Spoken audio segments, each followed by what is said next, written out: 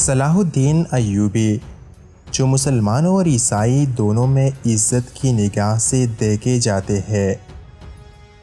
صلاح الدین ایوبی کا شمار قرون وسطیٰ کے مشہور اور طاقتور ترین شخصیات میں کیا جاتا ہے۔ یہی وہ شخص ہے جنہوں نے ایوبی سلطنت کی بنیاد رکھی، اور یہ شرف بھی سلطان صلاح الدین ایوبی کو حاصل ہے کہ وہ پہلے سلطان ہے جن کی سلطنت دونوں مقامات مقدسہ تک پھیلی ہوئی تھی۔ لیکن سوال یہ ہے کہ آخر کیسے کرد گرانے کا ایک عام سا بچہ سلطان صلاح الدین ایوبی بنا؟ صلاح الدین ایوبی 1138 میں پیدا ہوئے اور آپ کی وفات 1193 میں ہوئی۔ صلاح الدین ایوبی مصر اور شام کے سلطان تھے۔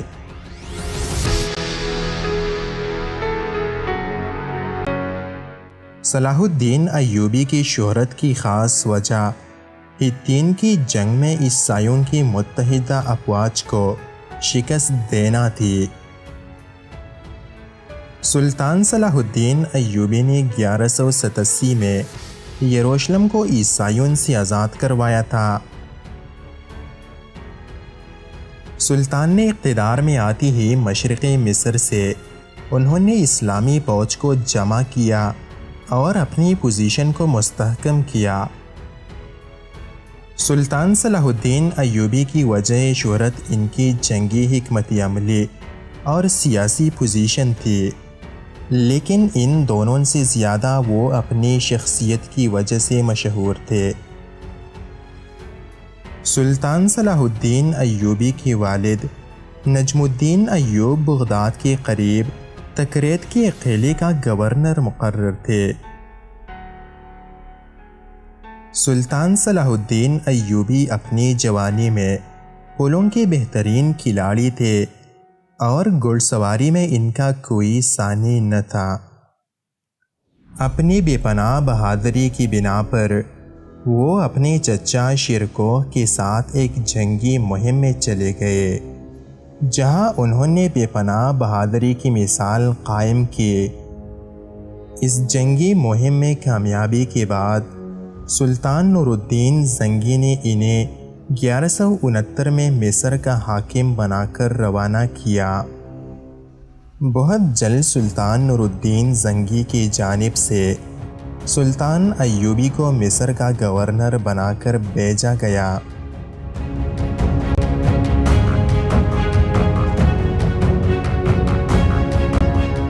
اس وقت کے لوگوں کے مطابق سلطان صلاح الدین ایوبی درمیانے قد، گول چہرے، کالی آنکھوں اور کالے بالوں کے مالک تھے۔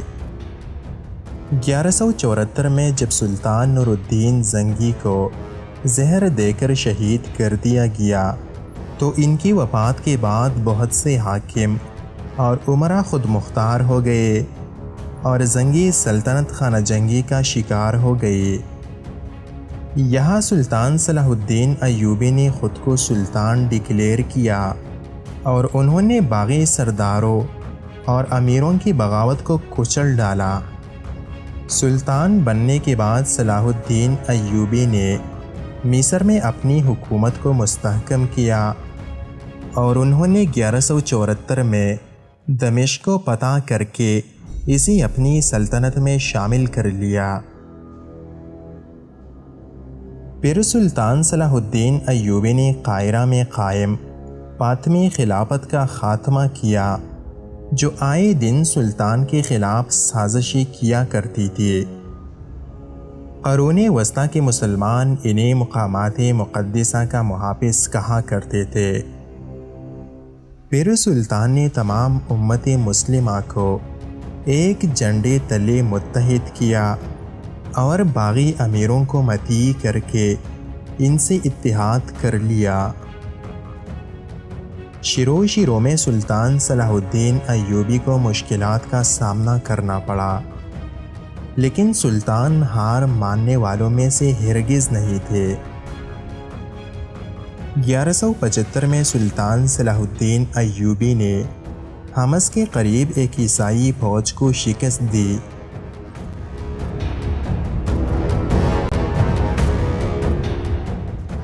سلطان صلاح الدین ایوبی نے اپنی حکومت کی سند بغداد کے عباسی خلیفہ سے حاصل کی، جہاں انہیں مصر، یمن اور شام کے سلطان کی حیثیت سے سند عطا کی گئی، لیکن حلب کو آپ کی سلطنت میں شامل کرنے کے بجائے اسے آزاد شہر تسلیم کیا گیا، جو سلطان نور الدین زنگی کے بیٹے کے دائرۂ اختیار میں آتا تھا۔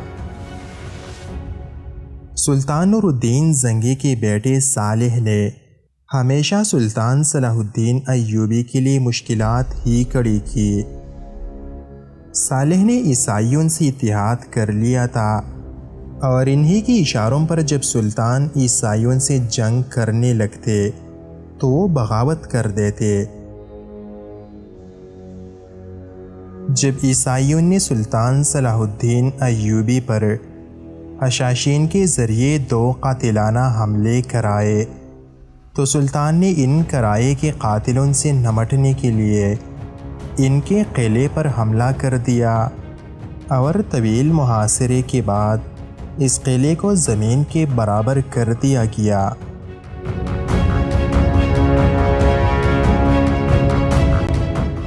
گیارہ سو 77 میں سلطان کو ایک عیسائی لشکر نے شکست دی، لیکن سلطان نے یہاں عقل مندی سے کام لیتے ہوئے اردن کی ایک عیسائی قلعے دار کو گرفتار کرتے ہوئے اپنی شکست کو فتح میں تبدیل کر دیا۔ سلطان نے عیسائیوں کو باور کروا دیا تھا کہ اب وہ بیت المقدس کو آزاد کر کے رہیں گے، لیکن عیسائی سلطان کی پیاضی و فراخ دلی سے بھی متاثر تھے۔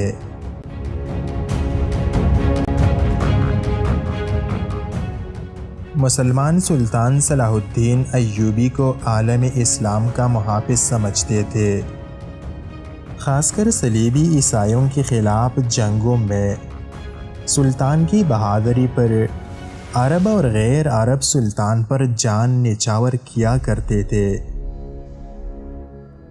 1183 میں سلطان صلاح الدین ایوبی نے حلب پر حملہ کر کے اسی بھی اپنی سلطنت میں شامل کر لیا۔ سلطان صلاح الدین ایوبی نے مصر میں ایک مضبوط فوج تیار کی جو عیسائیوں کے حملوں کے لیے ہم وقت تیار رہتی تھی۔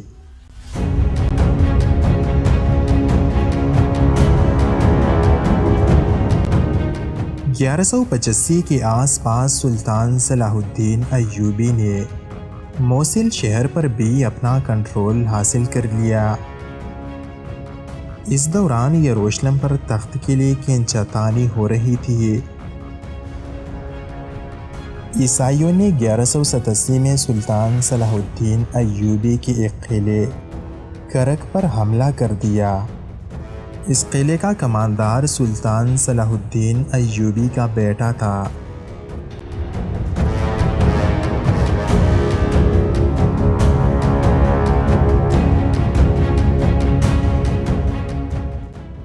عیسائیوں کے اس حملے کی وجہ سے سلطان صلاح الدین ایوبی نے فوجوں کو جمع کرنا شروع کر دیا۔ یہ فوجیں جزیرہ، حلب، شام اور مصر سے جمع کی گئی تھی۔ عیسائیوں نے بھی اپنی فوجوں کو جمع کیا اور انہوں نے ہتین کی طرف پیش قدمی شروع کی۔ جولائی کے شروع میں سلطان صلاح الدین ایوبی کی ابتدائی دستوں نے صلیبی ہراول دستوں پر حملہ کر کے انہیں شکست دی۔ 4 جولائی کو سلطان صلاح الدین ایوبی مرکزی لشکر کے ساتھ ہتین کے مقام پر جا پہنچے۔ سلطان کے ساتھ 60,000 کا طاقتور ترین لشکر تھا، جس کا سامنا عیسائیوں کے اس لشکر سے تھا جس کی کمان گیپ لوزگنان کر رہا تھا۔ گیپ لوزگنان اس وقت یروشلم کا بادشاہ تھا۔ اس کے ساتھ 1300 نائٹس اور 38,000 کا باقی لشکر تھا۔ سلطان نے یہاں حاضر دماغی کا ثبوت دیتے ہوئے انہوں نے بہترین جگہ کا انتخاب کیا اور پانی پر قبضہ کر لیا۔ پھر سلطان کے پہنچنے میدان میں لگے گھاس کو آگ لگا دی، جس سے کہ میدان جنگ عیسائیوں کے لیے بد سے بدتر ہوا۔ لیبیا کے بادشاہ ریمنڈ نے اپنے دستوں کے ساتھ سلطان کے محاصرے کو توڑنا چاہا، جس میں وہ کسی حد تک کامیاب بھی ہوا، لیکن اب باقی لشکر سلطان صلاح الدین ایوبی کے رحم و کرم پر تھا۔ یہاں خونریز جنگ ہوئی اور سلطان صلاح الدین ایوبی فاتح قرار پائے۔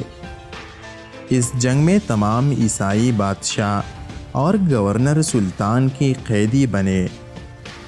سلطان صلاح الدین ایوبی نے ان کے ساتھ انتہائی رحم کا سلوک کیا اور ان سب کو آزاد بھی کر دیا، لیکن انہوں نے رینالڈ کو اپنے ہاتھوں سے قتل کیا، جو کہ اسی کا حقدار تھا۔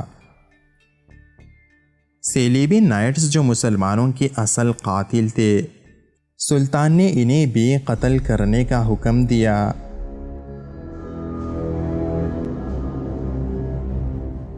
ستمبر 1187 میں فاتح سلطان اپنی فوجوں کے ساتھ یروشلم جا پہنچے اور وہاں تھوڑی بہت مزاحمت کے بعد عیسائیوں نے ہتھیار ڈال دیے اور رحم کی اپیل کی۔ سلطان نے تمام اہل شہر کی جان بخشی کی اور سلطان مسجد اقصی میں داخل ہوئے۔ اس فتح کے بعد تیسری صلیبی جنگ کا آغاز ہوتا ہے۔ جیسے ہی سلطان صلاح الدین ایوبی کی فتح کی خبر یورپ پہنچی تو عیسائی پوپ گریگری تیسری صلیبی جنگ کا اعلان کرتا ہے تاکہ وہ مسلمانوں سے یروشلم واپس چھین لے۔ پوپ کے اس اعلان پر انگلینڈ، جرمنی اور فرانس کے بادشاہ متحد ہو کر سلطان کے خلاف یورپ سے روانہ ہوتے ہیں۔ مشرق وسطی پہنچ کر وہ گیپلوس گنان کے ساتھ مل کر سلطان کے ایک شہر اوکا کا محاصرہ کر لیتے ہیں اور جولائی 1191 کو یہ شہر عیسائی فتح کر لیتے ہیں۔ اب ان کا اگلا نشانہ بیت المقدس تھا اور اس دوران ان کے سلطان سے بے شمار جنگی ہوتی ہے۔ ستمبر 1191 میں ارسوب کے میدان میں سلطان کی عیسائیوں کے ساتھ جنگ ہوئی، جس میں سلطان کو شکست ہوئی، اور پھر جابا کے میدان میں بھی سلطان صلاح الدین ایوبی کو شکست کا سامنا کرنا پڑا۔ لیکن ان سب کے باوجود سلطان نے سوائے اوکا شہر کے عیسائیوں کو کسی اور شہر پر قبضہ نہ کرنے دیا اور عیسائی بیت المقدس کو بنا فتح کیے ناکام واپس یورپ چلے گئے۔ اس کے بعد سلطان صلاح الدین ایوبی تقریباً 2 سال زندہ رہے اور آخر کار 4 مارچ 1193 کو سلطان صلاح الدین ایوبی کا انتقال ہوا۔ اس وقت سلطان صلاح الدین ایوبی کی عمر 56 سال تھی۔ سلطان نے اپنے پیچھے ایک طاقتور ترین سلطنت چھوڑی جو ایوبی سلطنت کہلاتی تھی۔ اس سلطنت کی بنیاد 1174 میں پڑی اور اس کا اختتام 1250 میں مملوکوں کے ہاتھوں ہوا۔ سچ تو یہ ہے کہ سلطان صلاح الدین ایوبی کو آج بھی نہ صرف مسلمان بلکہ یورپ کے معتزب عیسائی بھی ان کو قدر کی نگاہ سے دیکھتے ہیں۔